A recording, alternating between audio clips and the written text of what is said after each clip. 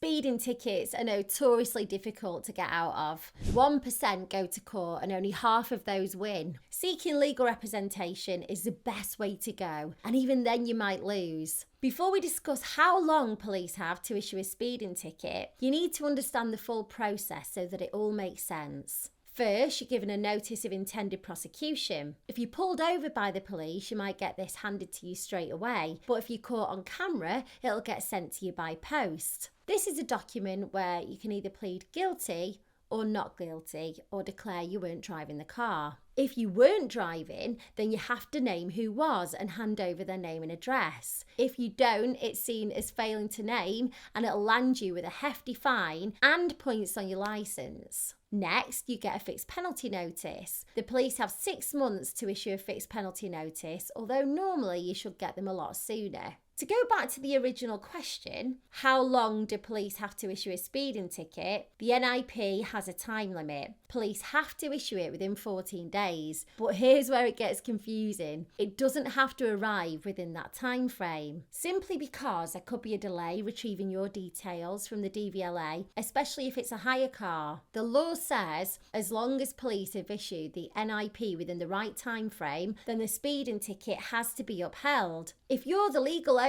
and the NIP is dated more than 14 days after the offence, the police can't prosecute you unless the vehicle was used to commit a crime. Nevertheless, there are some good reasons to appeal, but remember, speeding tickets are incredibly hard to appeal, so only start the process if you're confident that you're in the right. Reasons to appeal. The notice of intended prosecution contains the wrong details. This can be the time or the day of the speeding offence or the location. If the police have typed up the notice incorrectly, it might be seen as defective. You weren't the driver when the speeding ticket was issued. Like I was saying earlier, you've got to name the person who was driving by providing their name and address, otherwise you'll face a big fine for failing to name. Speed limit signs were incorrect or missing. Go and take photos if it's safe to do so to help you appeal. If the area where you got the speeding fine has no clear signs, maybe they're broken or hidden, then gather some evidence. Measuring equipment to measure speed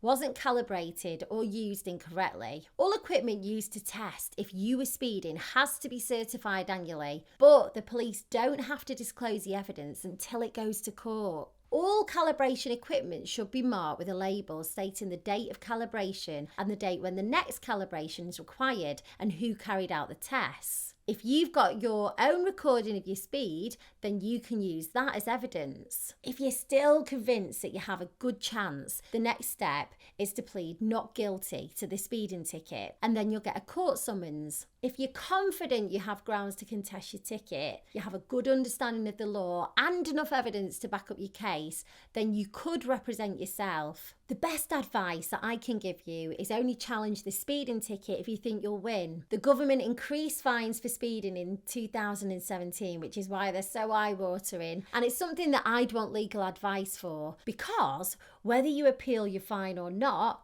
it's going to cost you a lot of money. You could use an online solicitors for a quick professional opinion like JustAnswer. It's only $5 for a trial and you'll get on-the-spot advice on whether you should appeal. Imagine how much money and time it could save you. I've left a link to them in the description, and if you use it, you'll be supporting my channel, so thank you.